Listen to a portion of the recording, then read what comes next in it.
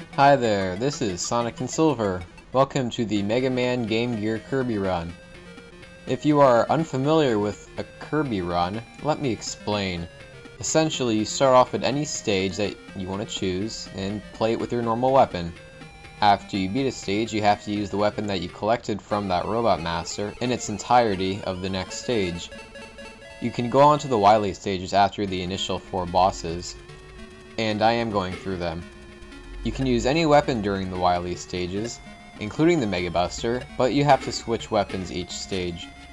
No E or M tanks, and no dying. I did decide to save state in between levels, and I think that's entirely fair, and that I have the right to do so. Now, I don't think many people are very aware of Mega Man Game Gear's existence, and rightfully so. Long story short, it's Mega Man 5 with a little bit of Mega Man 4. I'll try to give some more details as time goes on, since I'll be doing the whole game. Now, as you can see, I started off with Starman, who is miscolored green on the stage select, but I digress. This choice, it wasn't exactly optional. You see, the weakness order in this game is Stone to Star, Star to Bright, Bright to Napalm, and Napalm back to Stone. This means that if I hadn't come here with the Mega Buster, I would have had to come in with the Power Stone. Now, I'm sure a Power Stone only run of Starman stage is probably one of the most fun things you can do to challenge yourself in any Mega Man game, but it is actually not possible. Right here, as you can see, we have what they call a Dachone. There are 2 of them in this stage, and they are both totally immune to Power Stone. That wouldn't be a problem, of course, if I could just tank a hit from them and continue on my way. But they won't let you in this game for whatever reason. I suppose they're treated as a mini-boss, and that's fair, I suppose. After all, the first time I saw one of those enemies, I thought it did resemble a mini-boss of sorts. Surprisingly, my run of Starman stage with the Mega Buster was probably the sloppiest of the first 4 stages. The Mega Buster is, without a doubt, the best weapon in this game. I consider this my worst run because I took far too much damage than I should have, considering the weapon that I have. There are many spots where I could have avoided damage if I just redid the stage.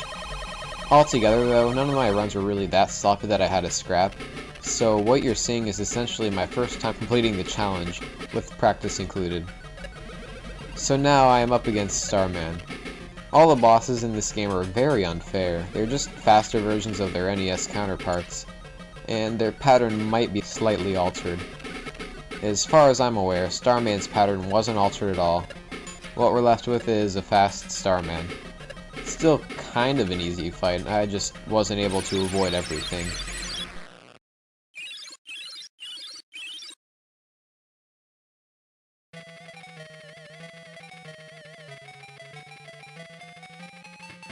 After defeating Starman, I received the Crash weapon, which is exactly like the Star Crash from Mega Man 5, except it takes a little more energy, and I think it's weaker. Once you start getting deeper and deeper into this Kirby run, you'll start to notice that this isn't really a Kirby run at all, it's more like a pacifist run, at the beginning at least. A great example of this is Brightman stage, the stage that we are playing right now. As I mentioned before, Brightman's weakness is the Crash weapon. A huge downside of this weapon is that you only have just enough ammo to defeat Brightman. Considering this, if you put 2 and 2 together, you'll realize that you can't use the Crash weapon at all during this stage. That means I have to avoid every single enemy I can, and tank hits without taking that much damage. So much fun. This particular run of Brightman stage that you are seeing right now is probably the least sloppy of the first 4 stages that I ran through. I get hit just as many times as necessary to complete the stage, and the battle with Brightman turned out very well.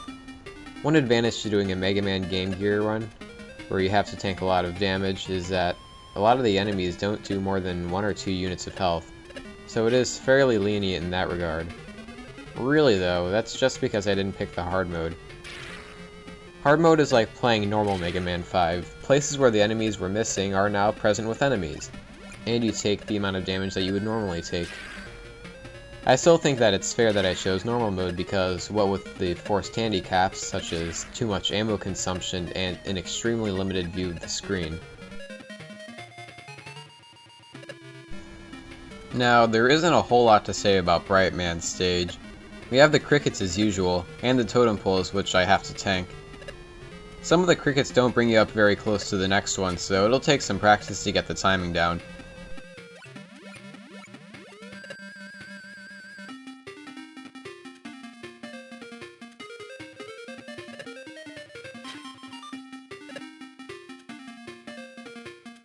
Right up there is an ammo pickup, but we would need rust coil to get up there, but I obviously can't use it. The rust coil in this game is the same rust coil that people dislike from Mega Man 5. I'm mostly indifferent on it. I like the fact that you can walk as you fly up, but I still agree it's an unnecessary change. Oddly enough, Mega Man Game Gear fixed it somewhat. In Mega Man 5, if you jump on him while standing under him, he'll take off without you, Game Gear version. But Too Bad Rush himself is almost totally unnecessary to have in the game in the first place. There aren't many places that you can really use him anyway.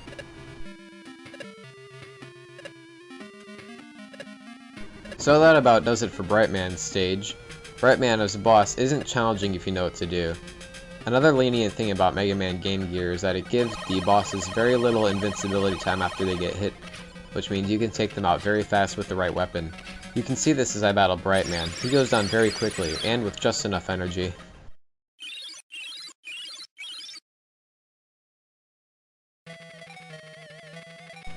Oh boy, the weapon I get from Brightman is the Bright Weapon.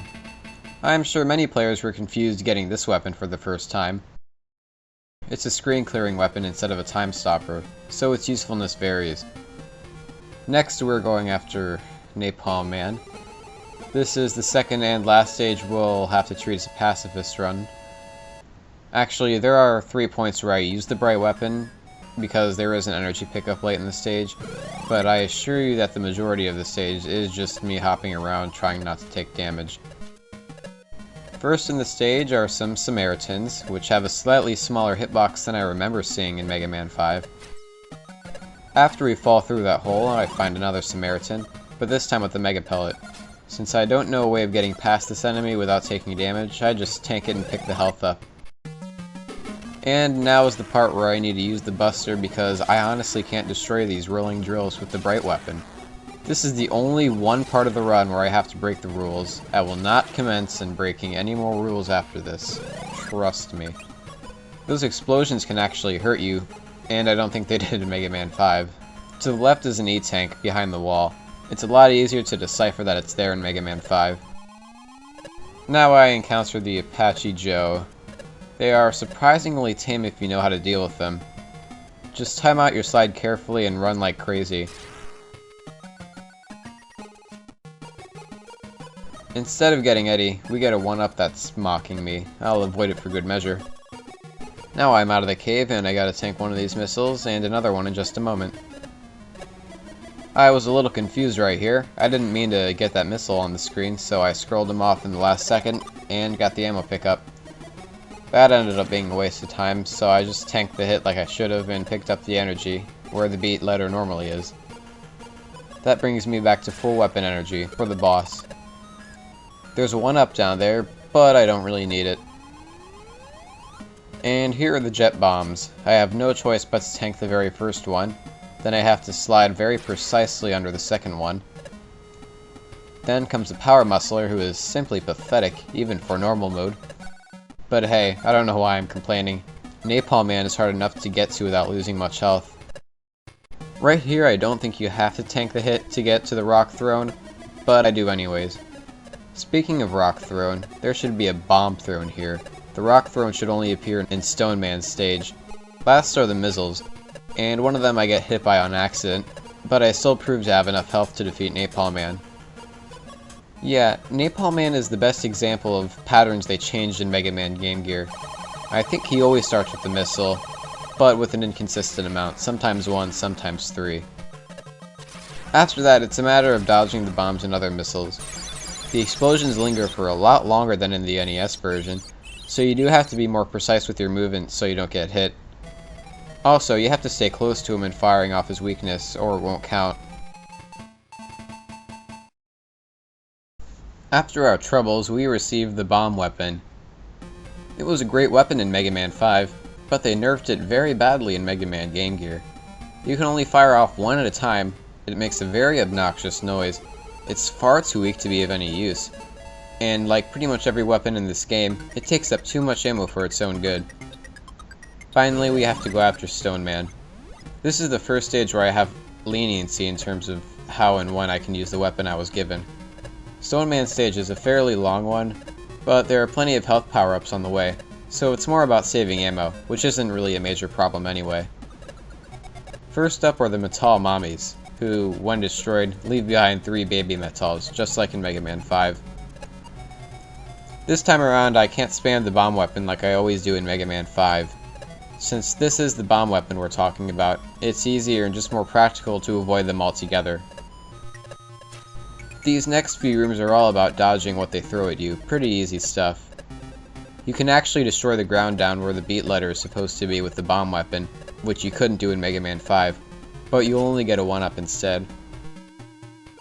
Well, not much to talk about in Stoneman stage, so let's talk about some of the music in this game. The music, I'm not gonna lie, it's pretty bad. There are misplaced tunes, oddly enough, like the Cossack Castle intro being used as the weapon get music. I don't know what that's about. And since this game's intro was the freaking password theme to Mega Man 5, there is no actual password song. Great. I honestly don't know what they were going for with that. There are some more that I will point out later, but that won't be until Cossack Castle and the Wily stages. Now, the songs all sound pretty terrible. Don't get me wrong, the original compositions are great. To me, the soundtrack to Mega Man 5 is best after Mega Man 6, but they all sound terrible. It might just be the bad Game Gear instruments, that's my only guess. The compositions themselves are pretty much the same as they always were in their respective games, but the end results just give me a headache. Well, anyways, we got some more Stoneman to talk about. There are these flying guys, called lyrics. I take a few of them out with the bomb weapon because I don't have to save every single shot for Stoneman, even though it is hard to aim the weapon because Stoneman is ridiculously fast. Here's the last health power-up to the stage, and to the right of it, another secret passage. At the time I recorded this run, I didn't know you could break those passages using the bomb weapon, so I didn't go in. It would have been the only useful passage to go in for this run, as it had a large health and ammo, but I didn't need it anyways. This here is the last stretch of lyrics and Metal Mommies. Right here I was trying not to take any damage by avoiding the lyric, but I ended up taking 2 hits, so excuse the sloppy footwork please. Stoneman doesn't have a different pattern, he just goes faster than his NES counterpart. Unlike in the NES version though, the bomb weapon goes right through him when he's crumbled, so you have to time the weapon a little bit. An interesting fact about the Game Gear weakness weapons is that they all do 4 units of health. Even the Mega Buster, instead of doing the usual 3 units of health, it takes down 4.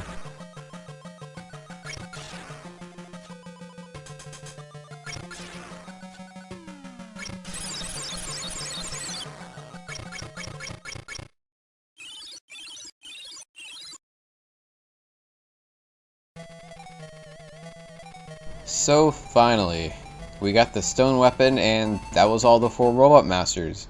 So I'm done, right? Well, I've actually got a castle to take care of. This castle, it consists of 2 Robot Masters. Apparently, Dr. Cossack has returned to the dark side and paired up with Waveman to take out Mega Man. Confused? Well, don't worry about it, there isn't a story to this game.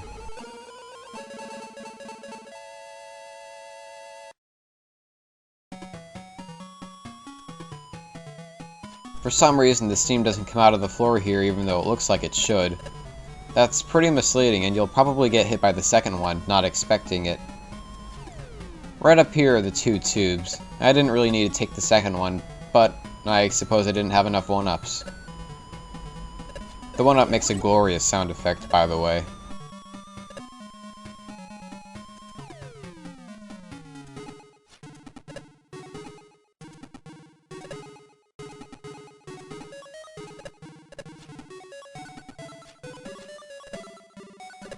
Now here is the bubble section, which is pretty hard to do the first time around, especially if you haven't played Mega Man 5 or Mega Man 9.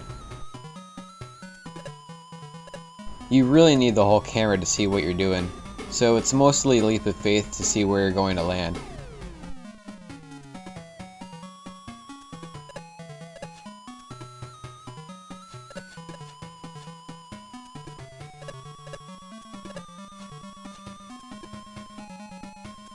After that, we have the water bike section. It's a lot more crowded here, so you have to be on the lookout. The Rider Joes are a lot harder to jump behind than before, and the Urukans are an even bigger problem than they were before.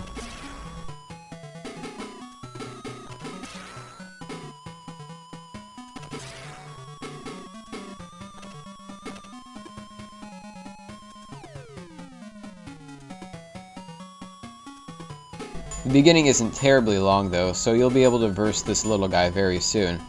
He's so small, and to top it all off, there isn't a threatening black background like there was in Mega Man 5. He really doesn't look any stronger than the Toadman did. His hitbox is very, very small, so have fun trying to damage him. He's very irritating. You'll be lucky to get in 2 shots after he shoots.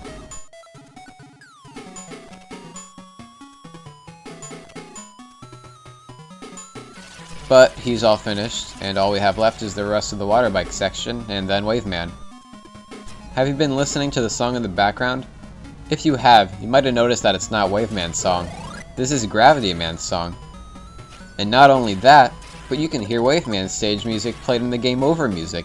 Why did they do that? I only have one explanation. The Waveman music sounds pretty terrible compared to the Gravity Man theme in this game. So maybe they thought that the bad Waveman composition belongs somewhere where people won't hear it. I have to admit, even though Gravity Man's song in Mega Man 5 is my least favorite out of the initial 8 Robot Masters, it sounds much better than what we have here for Waveman's theme, which is one of my favorites from Mega Man 5.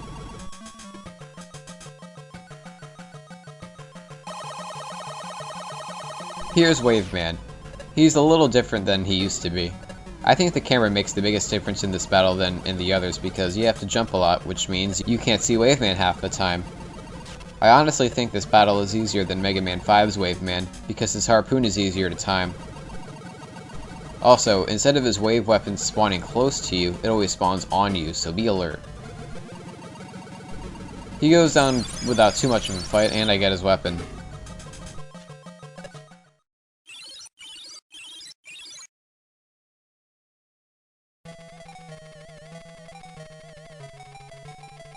Now, don't worry. If you thought the wave weapon would be very bad because it wasn't always useful in Mega Man 5, you'd be excused. You have a limited amount of time you can use this weapon, so they decided that why not make it strong? So, as you can see, next up is Toadman. By the way, of all the Mega Man 4 bosses, they just had to pick Toadman. Alright then. Well, the best strategy for getting past this first section of enemies is primarily sliding. I do get hit a few times here and there, but I don't think that there is any way around some of it since most of the enemies just, like at the start, they take more than one hit from the wave weapon. Some of these enemies and jumps are really tricky to make, what with all the rain going against you. Once I make it down to the sewer though, I find that the enemies will die in one hit to the wave weapon. The weapon still takes 2 units of energy, so I have to slide under most of the enemies that I can. The water makes it very annoying to get through. It feels a lot easier in Mega Man 4. These 2 enemies right here are easily taken out with the wave weapon. There isn't a practical way around them, and I don't have to give up too much ammo to dispose of them. Now, how the heck do you suppose I take out this mini-boss? The wave weapon can only be used on the ground, so it can't be possible, right? Well, this game loves you too much. It's all too possible to destroy this with the wave weapon. All you have to do is wait until the snail's eyes come and attack you. I know I look silly tanking all of the bombs that it throws at me, but it's hard to see when they're coming, and if I try to move out of the way, I'll probably miss the eyes. By the way, those snails are pathetic. They only take 1 Mega Buster shot to destroy. Although they are faster, so I don't really know why I'm complaining. Just a bit of hectic platforming here with some quick fish before the battle with Toadman. Now I fight Toadman, infamous for being the easiest boss in the classic series. Well, in this game he's pretty freaking hard. No doubt about it, he's the fastest boss in the game. And sometimes he uses his rain weapon even if you hit him before he uses it, unlike in Mega Man 4. So I got pretty lucky since he takes a fairly hefty amount of health away from you with his attack. And I got his weapon. If you thought we barely got to use the wave weapon in this game, I'm sure you'll appreciate how little we get to use the rain weapon. The great thing about the rain weapon is that it kills every enemy in the remainder of this game in one hit. The downside, you have extremely limited ammo. If you don't get any weapon ammo, it only has 4 uses. So it is time to go to Wily's castle. We have the honor of going to Quickman's stage. Yeah. Right here I pan the camera so I can get both of the enemies at once. If you don't pan it, you have to take them out both with 2 separate rain weapon attacks. And I try to readjust the camera, but I'm too far to the bottom left of the screen to do that, so I try it again on the next screen. Here are the force beams. They're blue instead of yellow. That's pretty cool. If the tip of the force beams hit you, you don't die right away, so there's a bit of leniency for you. It's a pretty fair trade-off considering you don't have the entire screen to work with. So now these guys. I like how this whole section looks. The enemies look very stylish, and the background looks all nice and fiery. They are pretty easy to take down with the rain weapon. I even take out the second guy just as he gets on screen. So here is the dreaded second portion of the force beams. I made sure that this entire stage was no damage, so have fun seeing the force beams done perfectly in Mega Man Game Gear for the first time. I even had enough time to grab the 1-up. I suppose they got lazy and didn't decide to add the sniper armor enemies here, but that's totally fine with me. I don't want to have to deal with those guys anyway, for sure. Now we get to verse Quickman with the rain weapon, right? Yeah, no thanks. I'm pretty grateful that Quickman isn't in this game. I honestly can't describe how nightmarishly fast he would be if he ended up being in this game. Jeez. So, the last of the Wily Castle. With the stage being so short and the Mega Buster being ridiculously overpowered, I decided to make this stage a perfect run as well. It's exactly like the Mega Man 5 Wily capsule, except this time Wily's health bar disappears with him. What an innovative concept that this game brings to the table. I like it. Well, not really. It would make sense if the Wily capsule was weak to, oh, I don't know, the rain weapon. I don't know what I'm saying. That would make the fight much too easy. A screen clearing weapon being the weakness of the final boss? That's pretty silly. Well, wait a minute. Why do we have rain weapon if we already have bright weapon? Come on now, really? That's so unnecessary. Why can't they just make different weapons? I do admit, I really like seeing the flash of the bright weapon compared to the rain of the rain weapon.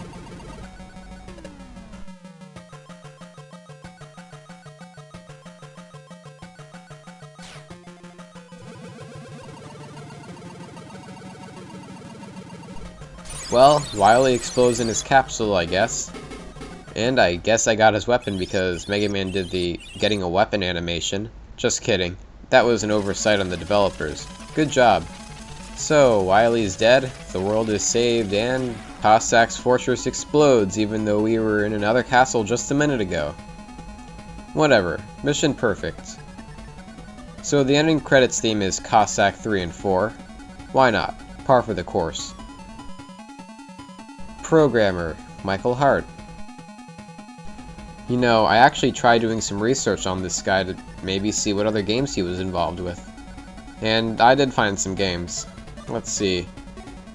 What other games did he take part in? Mega Man for Game Gear. Yeah, I know. Diablo 3. What? What? Really? Well, what else has he got? StarCraft 2. Okay. Oh, and there's one more, LA Noire. My god. You You know, I don't know how he ended up making such a horrible Mega Man game and went to making these good quality, high-profile games. That interests me. And, you know, I don't even know if that source was accurate or not, so go check the credits for those games or something to confirm it. Well, whatever. Thank you for playing, and thank you for watching.